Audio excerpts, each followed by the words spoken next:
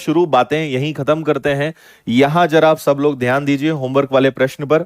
आपसे कहा था कि एक घड़ी विक्रेता एक घड़ी पर जो उसे विदेश में रुपए 500 की पड़ती है 10% सीमा शुल्क देता है, 25% की छूट देकर भी 20% लाभ कमाना चाहता है। बताइए उसका अंकित मूल्य क्या होना चाहिए। देखिए, आपको एक बात तो पता होगी कि अगर विदेश से आप कोई भी सामान खरीद कर लाते हो तो बहुत सारे आइटम्स पर, सामानों पर टैक्स लगता है ना, जिसको कस्टम ड्यूटी बोलते हैं। इंग्लिश में लिखा हुआ है कस्टम ड्यूटी, मतलब सीमा शुल्क लगता है। तो ऐसा नहीं है कि जैसे आपने सुना होगा ना कि आईफोन दूसरे देशों में या अमेरिका में, दुबई में सस्ता मिलता है, तो कई लोग सोचते हैं कि वहां से खरीद के ले आएंगे, लेकिन जब आप लाओगे तो उस पर आपको टैक्स लगेगा। ठीक है, तो ये थोड़ा सा आपको महंगा पड़ता है। तो एक व्यक्ति ने 500 रुपए की घड़ी विदेश से लाया, 10% सीमा शुल्क उसे देना पड़ गया, मतलब इसका 10% कितना होगा, 50 रुपए। तो भारत में वो घड़ी कितने की हो जाएगी उसके लिए, वो घड़ी हो जाएगी 550 रुपए के लिए। और ये मान लो एक दुकानदार है, अब ये घड़ी बेचेगा, ये चाहता है कि 25% का डिस्काउंट देकर भी 20% का प्रॉफिट हो। मैंने बताया था डिस्काउंट नीचे लिखते हैं, प्रॉफिट ऊपर लिखते हैं। बस ये इतना सा सवाल था, इसी को आपको हल करना है। 25 से 3 बार, 25 से 22 बार, है ना, और 3 से ये कैंसिल हो जाएगा, 40 बार, 22 का 4 गुना, मतलब वो घड़ी कितने रुपए में, कितने रुपए उसकी प्राइस रखे, 880 रखे। सी आंसर आ जाएगा।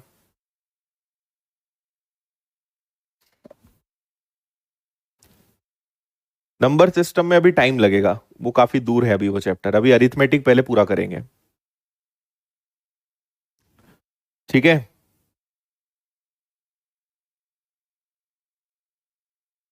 अच्छा,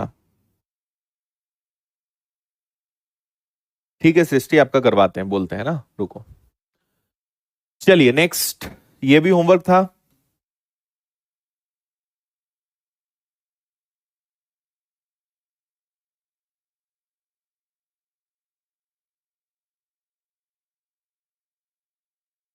हम्म,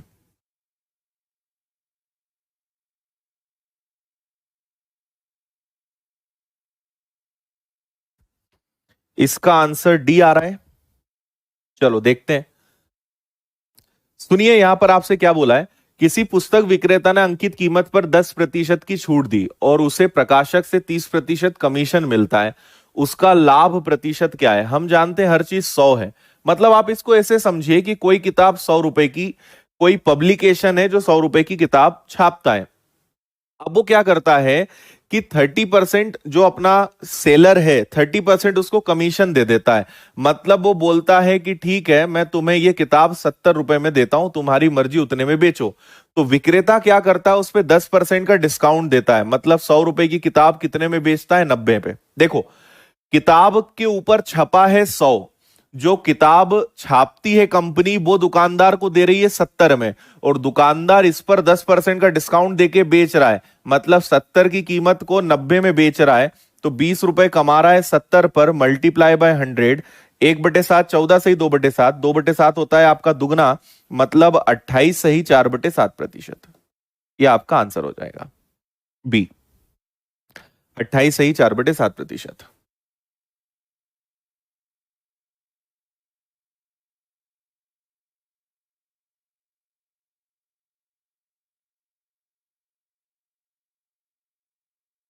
आया समझ में, 20 का सही आंसर होगा। कुल मिलाकर 70 में उसे मिल रही है, 90 में बेच रहा है। 70 की किताब 90 में बेचेगा, 20 कमाएगा 70 पर, गुणा 100, 28 से 4/7 का लाभ। आगे बढ़िए, इसको देखिए।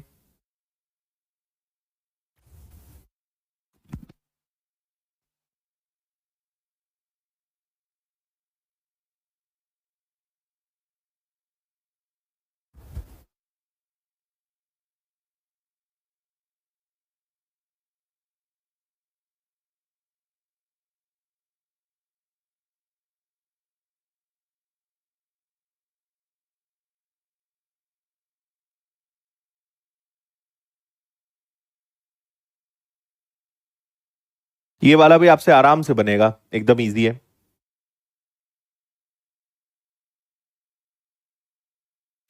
एक दुकानदार एक वस्तु के अंकित मूल्य पर 10% की छूट देता है और छूट पर 8% का बिक्री कर भी लगाया, और ग्राहक 3402 चुकाता है, बिक्री कर भी शामिल है, तब अंकित मूल्य क्या होगा? रिवर्स जाना है आपको, उल्टा जाना है।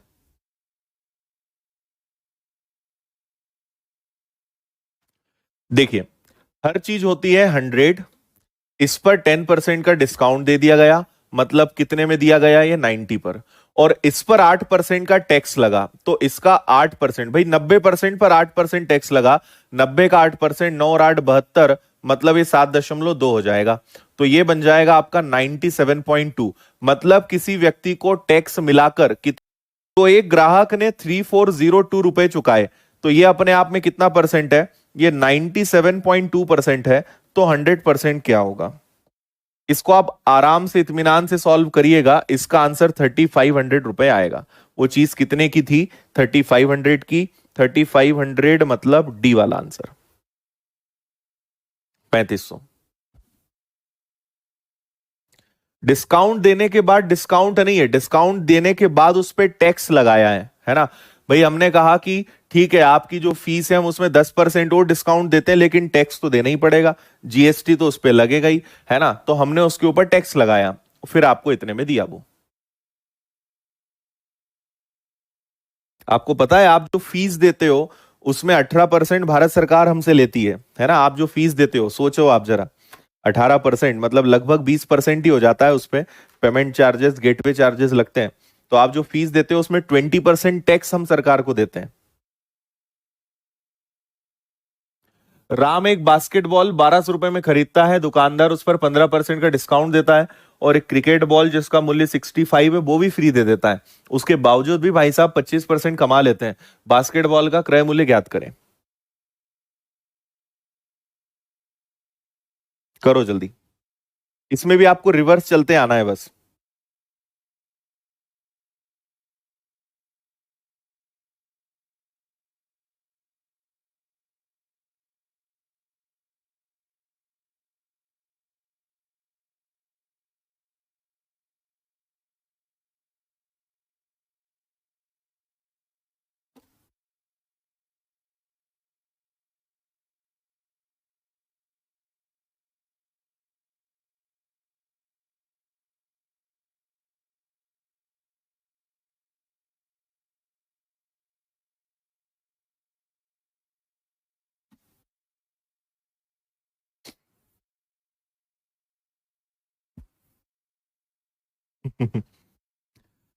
एक बास्केटबॉल 1200 रुपए की है, और उस पर क्या करना है? 15% का डिस्काउंट देना है।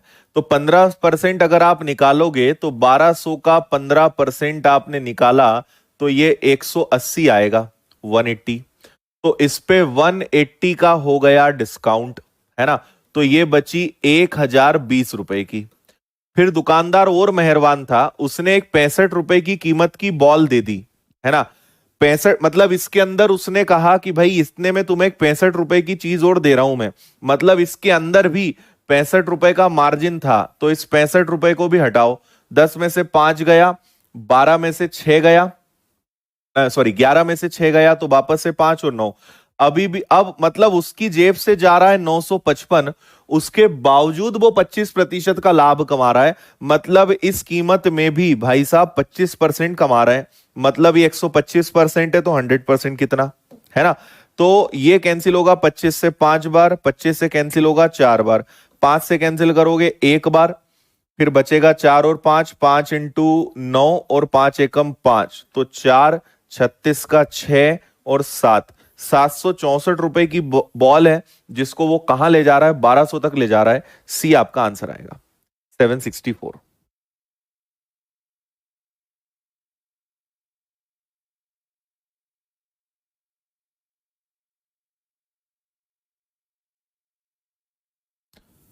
ओके, आया समझ में?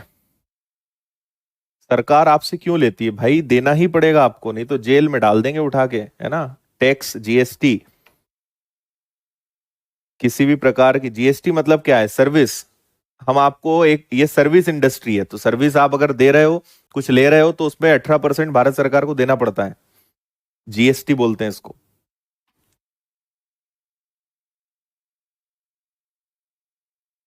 हाँ, ठीक है। 15% का डिस्काउंट दिया, 1020, उसमें 65 की बॉल फ्री में दे रहा है, 65 और कम कर दो।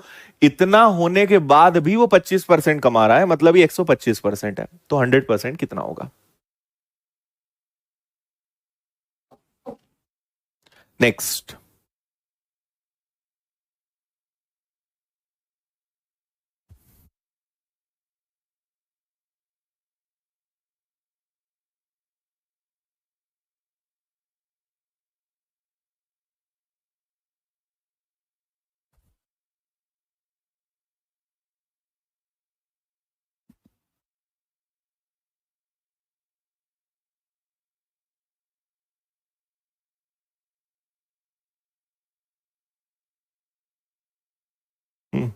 इससे कोई फायदा नहीं मिलता, टैक्स भरने से कोई फायदा नहीं होता है, बस थोड़ा खून कम हो जाता है। लाखों टैक्स भरना पड़ता है हर महीने।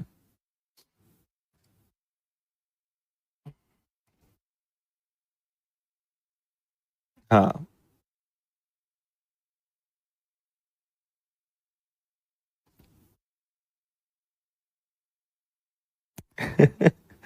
ठीक है अजय।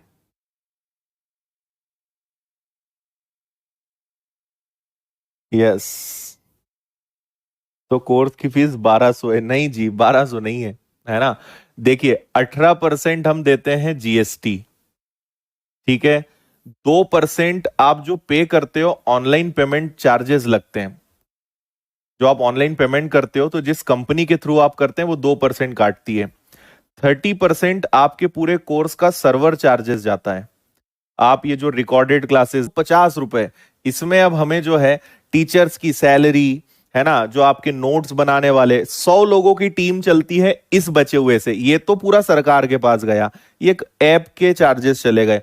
अब ये जो बचता है, इसमें ये digital boards, electricity, AC, camera, 100 लोगों की टीम, कंटेंट वाले, कंप्यूटर्स वाले, फैकल्टीज, ये सब इससे इससे उनका जीवन यापन होता है ना। उसके बाद भी बच्चे क्या बोलते हैं, सर बहुत फीस ले रहे हो आप, 1500 रुपए बहुत महंगा है। हम्म। करो जल्दी, बनेगा ये। क्वेश्चन ध्यान से पढ़ना, ये वाला थोड़ा सा घुमाया हुआ है। ब्रांड ए के टेलीविजन पर 25% की छूट है और ब्रांड बी के टेलीविजन पर 40% की छूट है। छूट के बाद बी का मूल्य छूट के बाद ए के मूल्य से 2250 रुपए अधिक है। ए का अंकित मूल्य क्या है यदि बी का अंकित मूल्य 35,000 है? ए के एक टेलीविजन पर 25% की छूट है और बी के टेलीविजन पर 40% का डिस्काउंट है। तो हम बी को पहले कर लें क्या, क्योंकि बी का हमें पता है कि बी की जो प्राइस है वो 35,000 है और इस पे 40% का डिस्काउंट है। तो अगर 40% का डिस्काउंट है, 100 - 40, ये आ गया आपका 60%। तो ये 21,000 हो जाएगा। डिस्काउंट के बाद टीबी कितने की हो जाएगी? 21,000 की हो जाएगी। 7 या 21, 21,000। अब देखो, छूट के बाद बी का मूल्य छूट के बाद ए के मूल्य से 2250 अधिक है। बी का जो प्राइस है वो ए से 2250 ज्यादा है, मतलब अगर मैंने इसमें से 2250 रुपए कम कर दिए तो ए का प्राइस आ जाएगा। ए का प्राइस आ जाएगा, और वो भी कौन सा वाला? आफ्टर डिस्काउंट वाला। आप लाइन ध्यान से पढ़ो, आपको एक बार में समझ में आएगा। छूट के बाद बी का प्राइस छूट के बाद ए के प्राइस से 2250 ज्यादा है। अगर 2250 में कम कर देता हूं तो जो प्राइस आएगा, वो प्राइस जो है वो ए का होगा आफ्टर डिस्काउंट का, है ना, डिस्काउंट देने के बाद का। इतनी बात समझ में आ रही है आपको? हाँ। तो अब हम यहां पे एक काम करते हैं। इसमें से अगर मैं 2000 घटाता हूं तो 19, और ये 18,750 रुपए बचेंगे। ये ए का आफ्टर डिस्काउंट है, और कई बच्चों ने इसी पे आंसर लगा दिया, जो कि गलत है। आपसे ए का अंकित मूल्य बोला है, तो ये जो प्राइस है डिस्काउंट के बाद का है। डिस्काउंट कितना दिया है? 25। तो 100 पर अगर 25% डिस्काउंट है, मतलब ए का जो प्राइस आफ्टर डिस्काउंट 75% है, तो 18,750 अगर 75% है तो 100% क्या होगा, ये आपको बताना है, ठीक है। और ये अगर आप बताते हो तो 3, 6, 24, 25, मेरे ख्याल से 25,000 आंसर इसका होना चाहिए लगभग, मुझे ऐसा लग रहा है। बाकी आप लोग और अच्छे से बता दो। हम्म।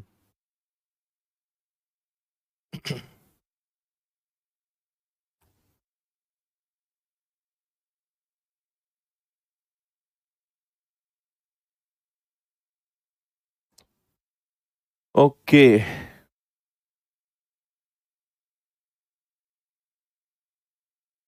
25,000 ही आ रहा है ना? ठीक है, क्योंकि लग ही रहा है, 3 से भाग देंगे 6, 6 चौक 24, तो 25,000 के आसपास ही आंसर आएगा। तो इसको आप सॉल्व करेंगे, 25,000 आपका आंसर आ जाएगा।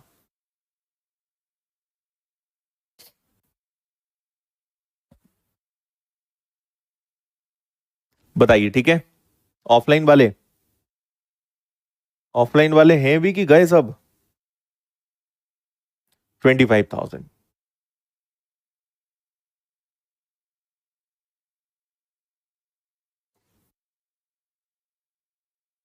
ओके जी, कनेक्टिंग क्वेश्चन था, एक चीज से दूसरी चीज कनेक्टेड थी यहां पर।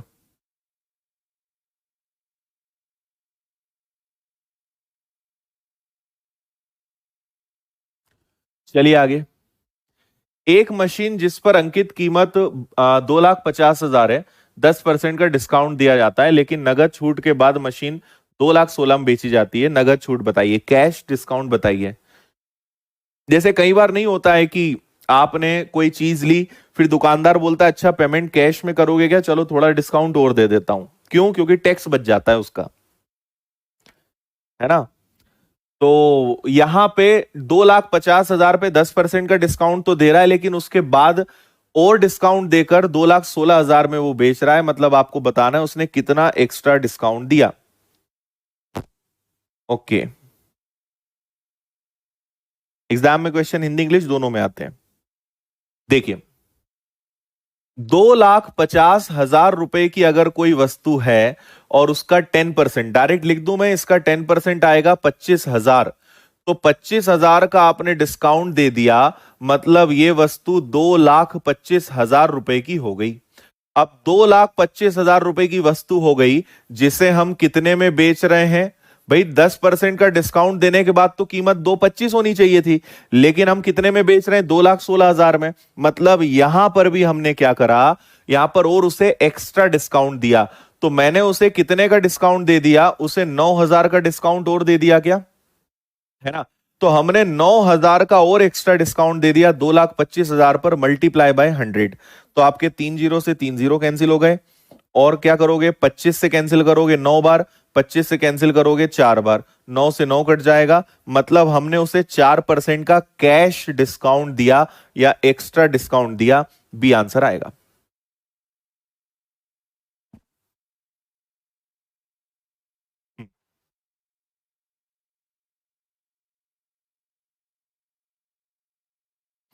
ठीक है, कुल मिलाकर 2 डिस्काउंट दिए गए, सीधी सी बात है, बस इतनी सी बात है और कुछ नहीं है।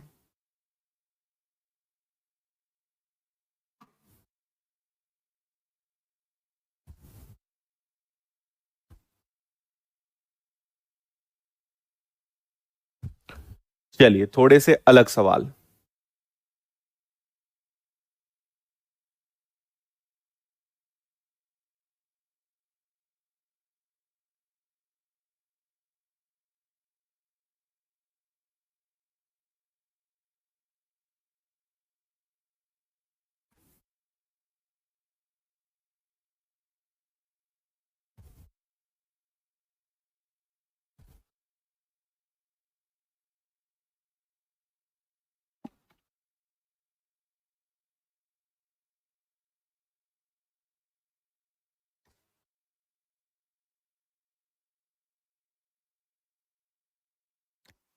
हम्म, 600 रुपए कीमत वाली 3 शर्टों की खरीद पर 2 शर्ट मुफ्त। ऐसा होता है ना कई बार, 3 शर्ट खरीदोगे तो 2 शर्ट मुफ्त। तो मुझे बताओ, पैसा आप 3 शर्ट का दे रहे हो, 2 शर्ट फ्री मिल रही है, मतलब सामने वाला आपको कितनी शर्ट दे रहा है? 5। तो 5 शर्ट पे 2 शर्ट वो फ्री दे रहा है, मतलब कहने का कि वो आपको 40% डिस्काउंट दे रहा है। सोचो जरा, दिमाग लगाओ। पैसा दिया 3 शर्ट का, मिल गई 2 शर्ट और, मतलब 5 शर्ट। तो दुकान वाले की जेब से तो 5 शर्ट गई ना, और उसने 5 शर्ट पे 2 शर्ट फ्री दी, मतलब 40% का आपको डिस्काउंट दिया। ये आंसर आएगा। हम्म।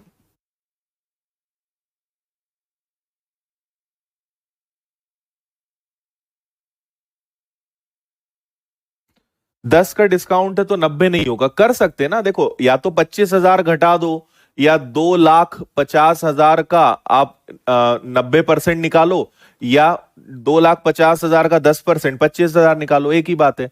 अब जैसे हमारी एक स्टूडेंट बोल रही है आरू की सर 25,000 कैसे आया, तो मैं आपको देखो इस बार बता रहा हूं, लेकिन आज के बाद आपको कभी ऐसी छोटी चीजें मैं नहीं बताऊंगा। मैं आपको ऐसे बच्चों जैसे एक एक चीज लिख लिख कर नहीं बताऊंगा कि ऐसे 25,000 आया, इसलिए आपके प्रश्नों का जवाब मैं नहीं देता हूं। जो बताने लायक है वही। अब आपको अगर 10% अगर निकालते नहीं आ रहा है तो ये बड़े दुख की बात है कि 2,50,000 का 10% भी अगर मुझे निकाल के बताना पड़ रहा है तो ये बहुत ही दुख की बात है। और मैं नहीं बताऊंगा ऐसी छोटी छोटी चीजें, और बताऊंगा इसलिए नहीं कि मैंने आपको पढ़ाया नहीं, ये सब चीजें पढ़ा चुका हूं मैं, ये आपको अब आना चाहिए। आप अब कोई छोटे मोटे नन्हे मुन्ने बच्चे नहीं बचे हो 1-2 साल के, आप इतने बड़े हो चुके हो, उंगलियों पे 10% निकालते आना चाहिए। हाँ, 10 की जगह 16 सही 2/3, 18.75 कुछ ऐसा होता तो मैं करके बताऊं। अब 10% भी मुझसे निकलाओगे तो मेरा काम हो गया फिर तो, ठीक है। इसलिए मैं, जो आप बोलते हो ना ये कहा, अब कई लोग चाहते हैं कि सर इसको भी आप, जैसे मैं आपकी जगह हूं तो मैं तो डायरेक्ट 40 लिख दूं, लेकिन 40 लिखना मेरी पूरी हल करके बताना मजबूरी है। मैं डायरेक्ट 40 लिख दूं तो कई लोग इसको हल ही नहीं कर पाए, वो यही पूछते रह जाए बता दो, नहीं बताओ तो नाराज हो जाते हो सर, तो सुनते ही नहीं है। ऐसी चीजें मैं आपको नहीं बताऊंगा, ठीक है। अब याद रखना, जहां बताने लायक है वो पूछा करो। 10% निकालते नहीं आ रहा तुम्हें, सबका टाइम खराब इसमें।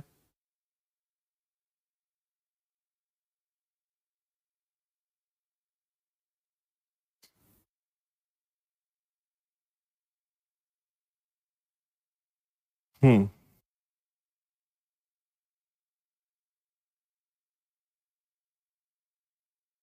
रुपए के बिना हमने कर दिया, रुपए का कोई रोल वहां पे नहीं था, चाहे तो हम उससे कर सकते थे लेकिन जरूरत नहीं है। एक व्यक्ति ने अपना लेख 3 क्रमिक छूट पर बेचा, पहले उसने 40% का डिस्काउंट दिया, पहली छूट प्रतिशत से 12.5 कम है, और तीसरा डिस्काउंट दूसरे से 28/4/7 कम है, कुल छूट कितनी है? देखो कितना शानदार प्रश्न है। पहले डिस्काउंट का जो वैल्यू है उस पर दूसरा डिस्काउंट, उस पर तीसरा डिस्काउंट। अब अच्छे से पढ़ोगे तो बनेगा। पढ़ते लिखते हो नहीं, ध्यान देते नहीं हो, पूरे सर के भरोसे बैठे रहते हो, जब समझाते हैं फिर उस समय प्रश्न पढ़ते हो कि अरे ऐसा लिखा था हमसे, हमने पढ़ने में गलती कर दी। तो मत करो ऐसा, सुधर जाओ अभी भी।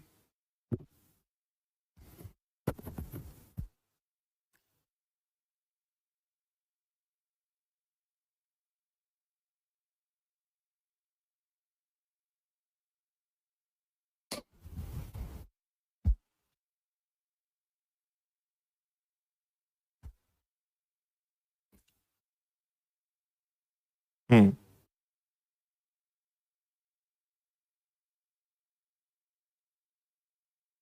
तुक्का ना मारो मेरे भाई, तुक्का ना मारो, इतना आसान नहीं है।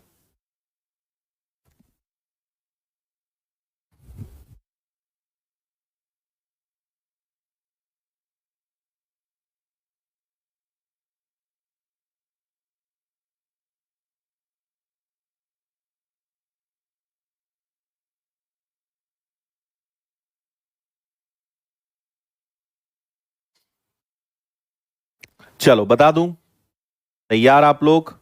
सुनिए अब, पहला डिस्काउंट 40% का है। तो देखो मैं एक तरफ कैलकुलेशन भी आपको बताते जाऊंगा, इधर कैलकुलेशन करते जाएंगे, इधर हम लिखते जाएंगे। आप बताइए मुझे कि 40% का मतलब, 40% का मतलब 2/5 होता है, 40/100 2/5 है ना। तो पहला डिस्काउंट 40% का है, मतलब कि 5/2 का डिस्काउंट, पूरा लिख देता हूं मैं बच्चों जैसा इस बार, है ना। 5/2 का डिस्काउंट मतलब 3। दूसरा डिस्काउंट पहले से 12.5% कम है, पहला वाला है 40%, 40 का 12.5% का मतलब 1/8, 1/8 मतलब 5 कम है। तो दूसरा वाला डिस्काउंट 40 में से 5 कम कर दो, मतलब कितना परसेंट है? 35% है। तो दूसरा डिस्काउंट है भाई साहब 35%। 35% का मतलब 35/100, 5 से कटेगा 7 बार, 5 से कटेगा 20 बार। तो दूसरा डिस्काउंट हो गया 20 में से 7 कम, मतलब 13। तीसरा डिस्काउंट दूसरे से 28 4/7 कम है। मुझे बताइए कि 28 सही 4/7 हमने आज तक कई बार लिखा है, इसका मतलब 2/7 कम होता है। तो दूसरा डिस्काउंट है 35 और 35 से ये 2/7 कम है, मतलब ये कितना कम है 10।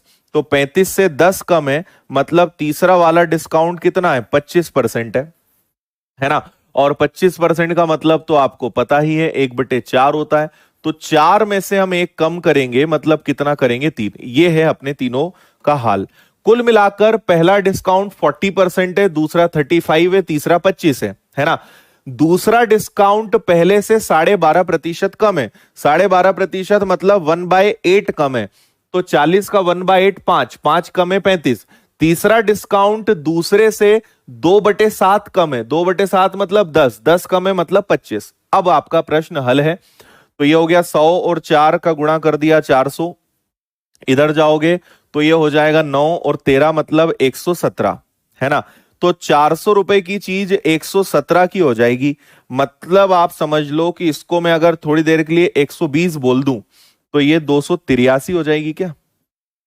ठीक है, 283 का डिस्काउंट मिल रहा है 400 पर, मल्टीप्लाई बाय 100। 2 जीरो से 2 जीरो गए, 4 से अब हम इसको जाएंगे कैंसिल करने। मान लो 280 होता तो 70 बार कटता, और 3/4 मतलब 75। 70.75% यहां पे कुल मिलाकर डिस्काउंट मिल रहा है। ए आपका आंसर आएगा, ऑप्शन ए। देख लो अच्छे से, कोई सी बात समझ में नहीं आई हो तो आप पूछ सकते हैं, आसान चीजों को छोड़कर।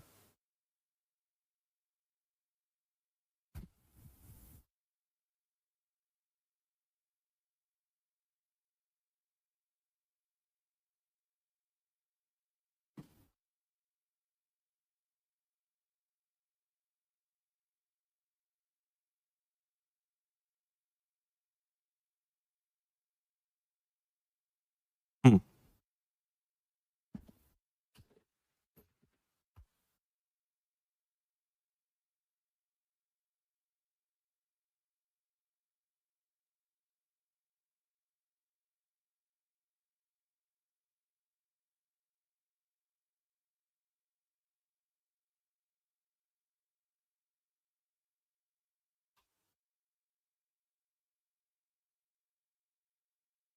ओके। दीपक, आंखों का ध्यान कैसे रखना है उसका एक वीडियो हमने बनाया है, वो देखो तुम। एक घड़ी का अंकित मूल्य और क्रय मूल्य का अनुपात 4:3 है। बेचने से पहले दी गई छूट प्रतिशत और होने वाले लाभ प्रतिशत। एकदम जबरदस्त सवाल है, ये बड़ा ही शानदार सवाल है। 2 बार पढ़िए फिर मैं बताता हूं। गुणा हम करते हैं रेशो में, प्लस कब करते, जब हम प्रश्न को रुपए में मानते। ये रुपए में नहीं था, ये रेशो में था।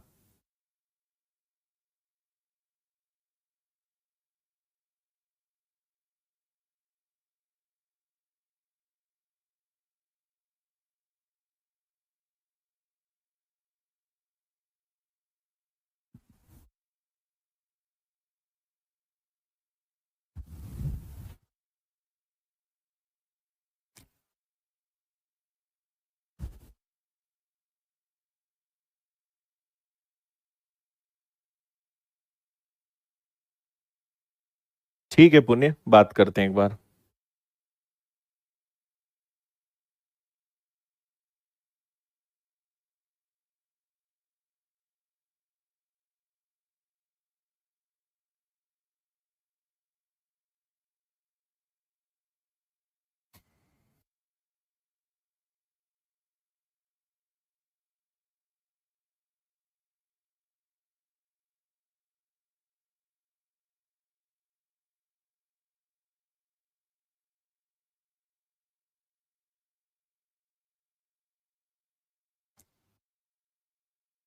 ओके, बताते हैं संदेश।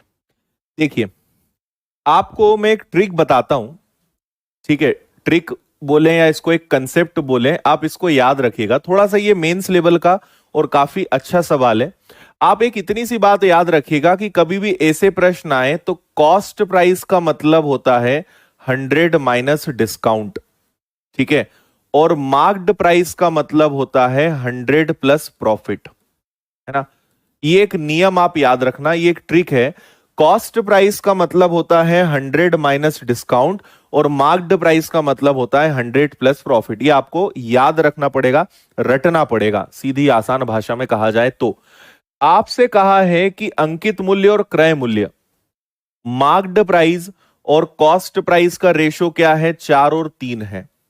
और ये किसका है, छूट का और लाभ, मतलब डिस्काउंट का और प्रॉफिट का परसेंट कितना, रेशो कितना है, 4 और 3, है ना। आप चाहें तो इन्हें एक्स एक्स मान ले, इन्हें माने या ना माने कोई फर्क नहीं पड़ेगा। अब सुनना, मैंने कहा कि कॉस्ट प्राइस का मतलब होता है 100 माइनस डिस्काउंट। 100 माइनस डिस्काउंट कितना है, 4x, ठीक है। और मार्क्ड प्राइस का मतलब क्या होता है, इसका मतलब होता है 100 प्लस प्रॉफिट। प्रॉफिट कितना है, 3x। ऊपर कॉस्ट प्राइस है तो कॉस्ट प्राइस 3 है, नीचे मार्क्ड प्राइस है तो मार्क्ड प्राइस कितनी है, 4 है। इसको इधर ले जाओ, इसको इधर ले जाओ, 4 का गुणा करो तो ये होगा 400 माइनस 16x, 3 का गुणा करो तो ये होगा आपका 300 प्लस 9x, ठीक है जी। फिर क्या करेंगे हम, 400 में से 300 गया तो ये आ गया आपका 100, और 16 इधर गया तो ये बन गया आपका 25x। तो आपकी x की वैल्यू कितनी आ गई, x की वैल्यू आपकी 4 आ गई, है ना। आपसे बोला है लाभ प्रतिशत बताओ, तो प्रॉफिट मतलब 3x है, तो 3 इंटू 4, प्रॉफिट का परसेंट कितना आ जाएगा, 12। ये आपका आंसर है। तो ये बहुत अच्छी ट्रिक है, थोड़े हाई लेवल के प्रश्न में ही ये काम आएगी आपको। इसको बस आप याद रखें कि कभी भी ऐसे रेशो वाले प्रश्न आए, आपको कॉस्ट प्राइस या कुछ ऐसा प्रॉफिट निकालना हो, तो 100 plus 100 minus discount cost price, 100 plus profit is marked price. समझने में थोड़ा उल्टा है, लेकिन आप तो बस ट्रिक को याद रखिए, आप पार हो जाएंगे इससे हमेशा।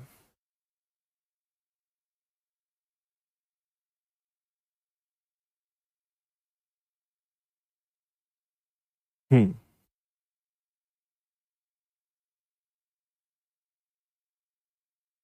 ठीक है जी।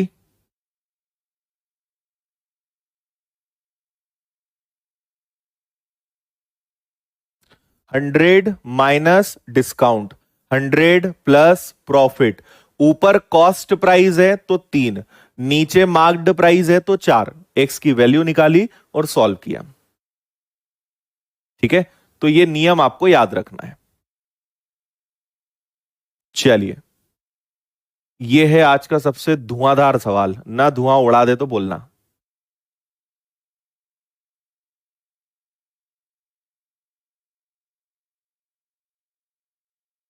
इसके बेसिक में मत जाओ, बहुत टाइम वेस्ट होगा, याद रख लो आप तो। उसको जरूरत होती तो मैं खुद बेसिक उसका बताता, बेसिक रहने दो उसका।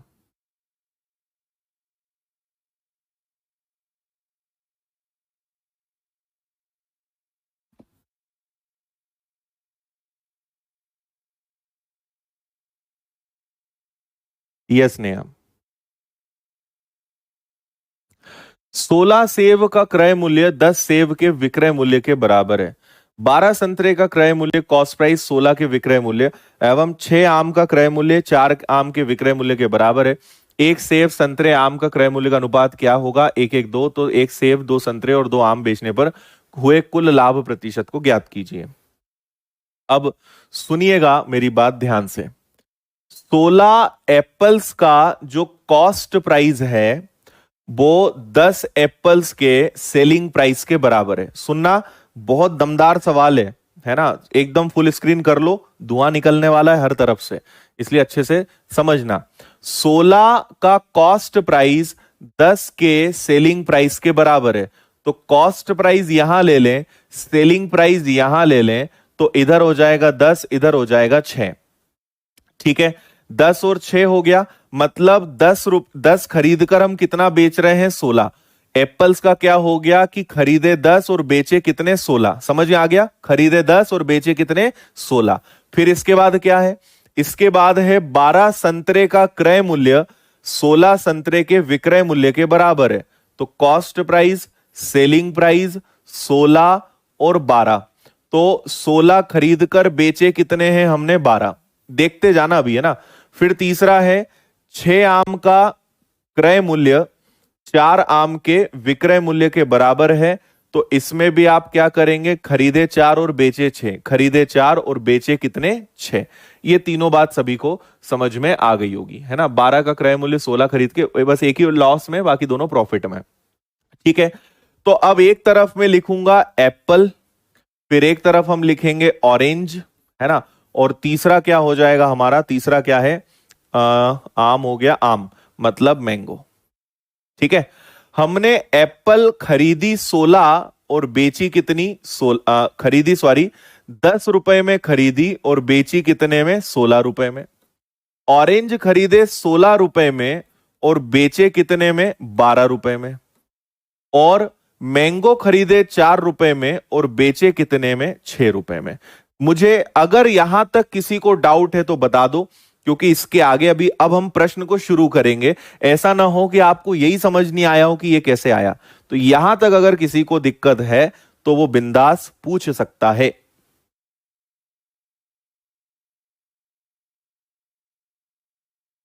बोल दो जल्दी।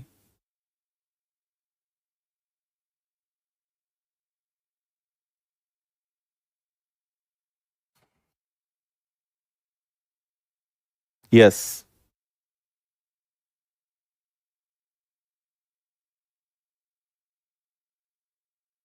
जल्दी बताओ, वेट कर रहा हूं। मैं फिर ये चीज रिपीट नहीं करूंगा, अभी इसके आगे बहुत सारा लिखना है। तो आपको पहले तो ये समझ में आना चाहिए कि ये कहां से आया।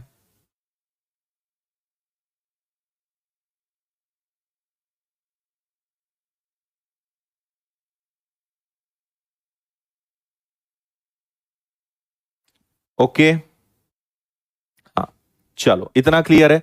अब हम क्या करेंगे, इनको 1 रुपए में कन्वर्ट करेंगे। दोनों तरफ ये 10 है ना, तो दोनों तरफ 10 से भाग दे दो।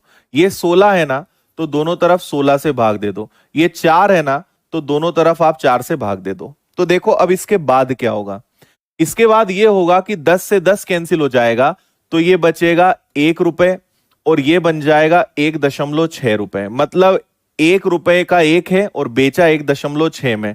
ये भी क्या बनेगा, ये बनेगा 1 रुपए और 12/16 मतलब 4 से कैंसिल होगा, 4×3=12, 4×4=16। मतलब हमने इसको बेचा कितने में, 0.75 रुपए में। 1 रुपए के बदले 1.5 रुपए में बेचा। अब हमारा यहां तक प्रश्न सेट हुआ है। ओके है, ठीक है, हाँ,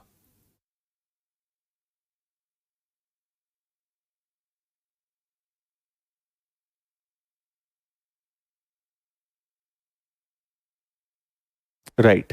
अब आगे देखिए क्या बोला है, एक सेब, एक संतरे, एक आम के क्रय मूल्य का अनुपात 1:1 और 2 होना चाहिए। ये क्रय मूल्य है, यहां पे क्या है, 1:1 और 2 होना चाहिए। तो ये 1 है, ये 1 है। एक काम करते हैं, इसको 2 बनाना है। उन्होंने बोला ना 1:1 और 2 का अनुपात होना चाहिए। तो ये 1 रुपए में है, ये 1 रुपए में, लेकिन ये 2 में होना चाहिए, तो इसको दुगना करेंगे। तो दोनों का मैं डबल करूंगा तो ये बनेगा 2 रुपए, तो ये बनेगा 3 रुपए। तो देखो जरा, इनके क्रय मूल्य का अनुपात 1:1 और 2 है, और इधर भी कोई दिक्कत नहीं है, इधर चेंज होगा तो इधर चेंज होगा, यहां तक भी ठीक है। अब हमारे पास सब चीजें क्लियर है कि भाई 1 रुपए में 1.6, ये और ये 2 का 3 आपने बेचा। एक सेब, 2 संतरे और 2 आम। सेब कितने होने चाहिए, 1, तो एक ही सेब बेचोगे, है ना। तो 1 का गुणा इधर भी, 1 का गुणा इधर भी। 2 संतरे बेचोगे तो 2 का गुणा इधर भी, 2 का गुणा इधर भी। और आम भी कितने बेचोगे, 2 बेचोगे तो 2 का गुणा इधर भी और 2 का गुणा इधर भी। अब देखिए क्या होता है, तो होगा ये कि 1 रुपए का 1 मतलब 1, 1 रुपए के 2 मतलब 2, 2 रुपए के 2 मतलब 4। तो 4×2=6 और 1=7, इनका कुल मूल्य कितना आया, 7 रुपए। इधर आ जाओ, 1.6 में 1 का गुणा होगा तो 1.6, 75 का दुगना होगा तो 1.5 रुपए, है ना। और 3 का दुगना होगा तो 6 होगा, 6, 7, 8 और 6 और 5 11। मतलब ये 9.1 रुपए हो रहा है इनका टोटल। 6 + 1.5 + 1.6 9.1। तो 7 रुपए की चीज आप 9.1 में बेच रहे हो, 2.1 का फायदा हो रहा है 7 पर, मल्टीप्लाई बाय 100, मतलब 30% का प्रॉफिट है यहां पर। आपका आंसर आएगा सी। अब बताओ।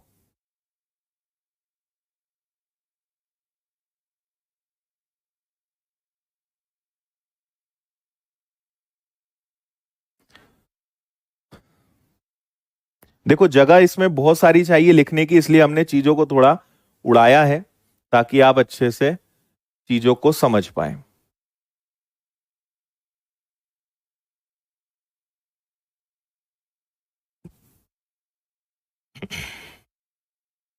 आया समझ में?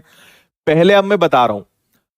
सेवफल 10 रुपए में खरीद के 16 में बेचे, फिर संतरे 16 में खरीद के 12 में बेचे, आम 4 में खरीद के 6 में बेचे, सबको 1-1 रुपए में कन्वर्ट किया। तो 10, इसको 1 रुपए में बदलना है तो 10 का भाग दोनों तरफ, 1 रुपए में बदलना है तो 16 का भाग दोनों तरफ, 1 रुपए में बदलना है 4 का भाग दोनों तरफ। पर उन्होंने ये सब 1-1 रुपए बन गए, लेकिन आखिरी में आपका जो आम है वो 2 रुपए होना चाहिए, 2 रुपए होना चाहिए। तो ये एक है, ये एक है, इसको 2 रुपए बनाना था, तो एक और 1.5 था, इसको 2 और 3 करा। ठीक है। अब आम आपको, सॉरी, एप्पल एक ही बेचना है तो 1 रुपए की एक, और ये तो एक की 1.6, मतलब यहां बेसिकली एक का गुणा करने का कोई फर्क नहीं था। 1 रुपए में एक 6 में बेचा। ऑरेंज 2 बेचने थे तो 1 रुपए के दो, 2 ऑरेंज कितने हो जाएंगे? 2 रुपए के। बिकेंगे कितने में? 1.5 में। और मैंगो भी 2 बेचना है तो बिकेंगे, खरीदे होंगे 4 के, बिकेंगे 6 में। तो 1 + 2 + 4 खरीदा कितने में? सब मिला के 7 में। और 1.6, 1.5 और 6 सबको बेचा कितने में? 9.1 में। मतलब 30% का प्रॉफिट है।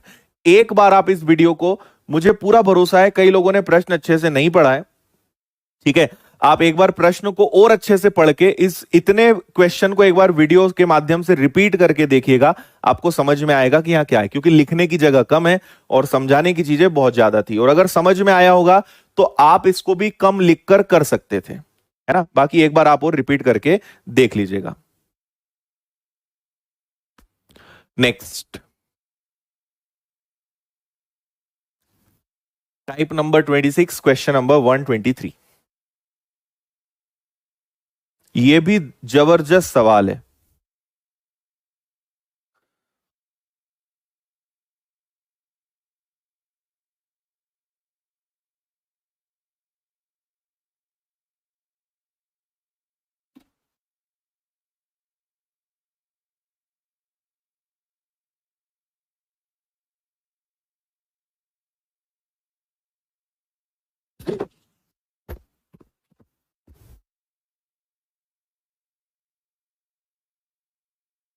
दो से तीन करा तो ऊपर क्यों नहीं करा? क्योंकि ऊपर वाला एक था, यहां एक बोला था, ये भी एक था तो एक है, लेकिन इसको 2 बनाना है इसलिए 2 किया, इस अनुपात के कारण किया।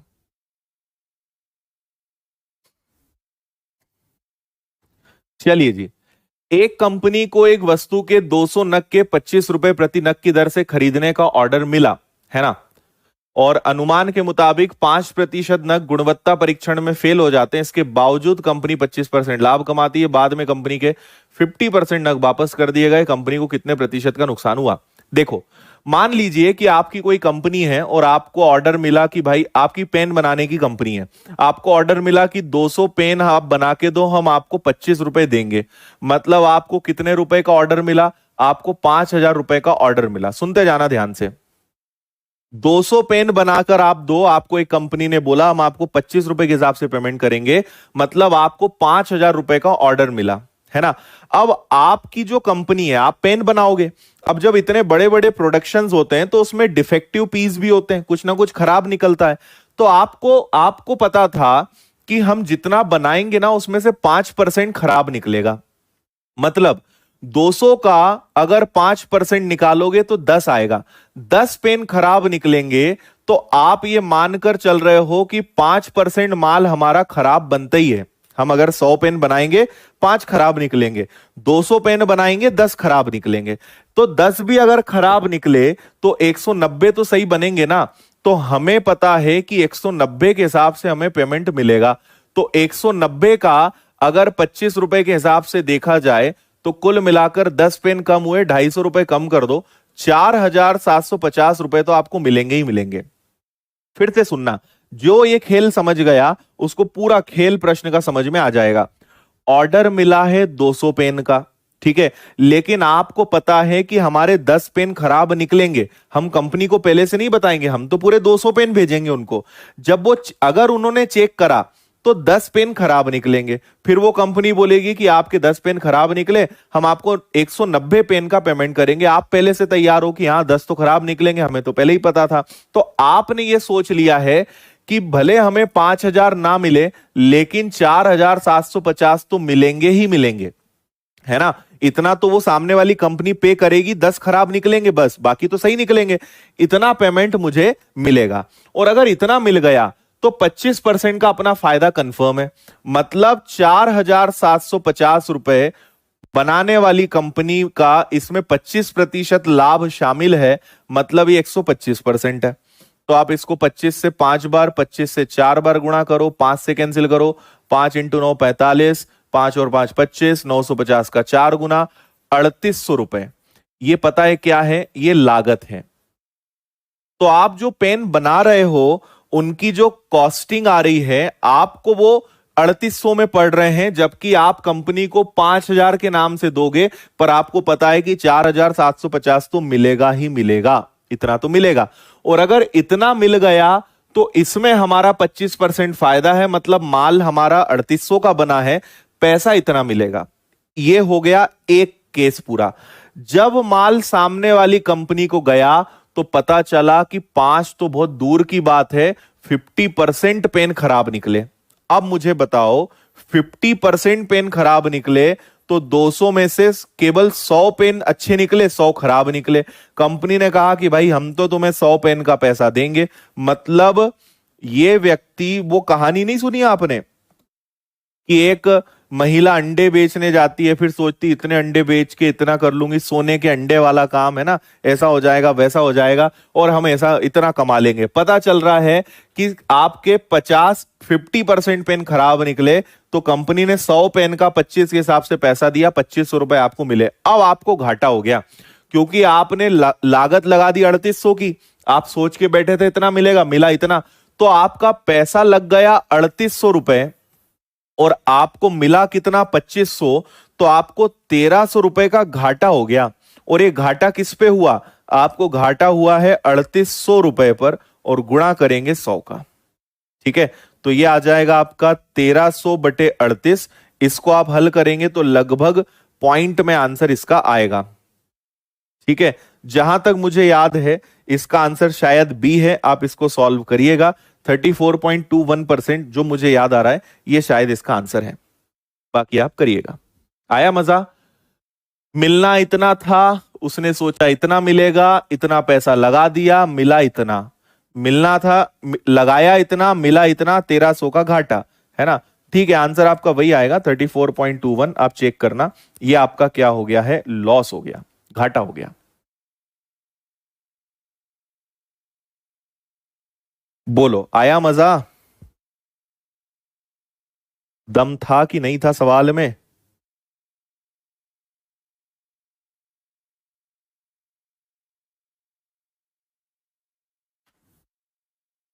चलो, तो आपको ये 2 प्रश्न होमवर्क में दे रहा हूं मैं। ये वाला भी, ये वाला आसान है और ये वाला बड़ा मस्त है। ये सीजीएल मेंस 17 फरवरी 2017 का सवाल है। ये भी दिखने में बड़ा है, जब मैं आपको समझाऊंगा तो आपको बहुत मजा आएगा। तो ये 2 सवाल आपके होमवर्क में रहेंगे, बाकी इसके आगे कल करते हैं। हो सकता है कि अपना चैप्टर कल खत्म हो भी जाए, कोशिश करेंगे कल खत्म करने की। बाकी अब हम काफी अंत में ही चल रहे हैं। ठीक है, चलिए, तो आप सभी का बहुत सारा धन्यवाद। कल अपनी इसके आगे मुलाकात होती है। जिन प्रश्नों में आज आपको दिक्कत गई या आपको लगता है, रिवीजन जरूर करना है, लिख लिख कर करना है, हर प्रश्न को खुद से सॉल्व करना है लिख कर, तब वो यहां बैठेगा। अभी आपको लग रहा है कि हमें समझ में आ गया, जब खुद से बनाने बैठोगे ना तब नहीं बनेगा। इसलिए लिख लिख कर प्रैक्टिस करो, रोज नियम बना लो। ज्यादा प्रश्न होते नहीं है, 10-15 क्वेश्चंस एक दिन के होते हैं, उनको रोज खुद से घर पर बैठकर करा करो, तब वो यहां छपेगा। नहीं तो चीजें आपको लगेगा कि आपको याद है, लेकिन याद नहीं है। और अगर आपको अपने ऊपर बहुत भरोसा हो तो 15-20 दिन पुरानी कोई सी क्लास के क्वेश्चन उठा लेना, आपको समझ में आ जाएगा कि भूल गए सब हम, क्योंकि वो हमने प्रैक्टिस नहीं करी। तो दिमाग में छापने के लिए किसी भी चीज को लिख लिख कर प्रैक्टिस करते हैं, ये मैथ्स का तरीका होता है। ठीक है, चलिए बाय बाय। मिलते हैं कल। Take care. जय हिंद। वंदे मातरम। भारत माता की जय।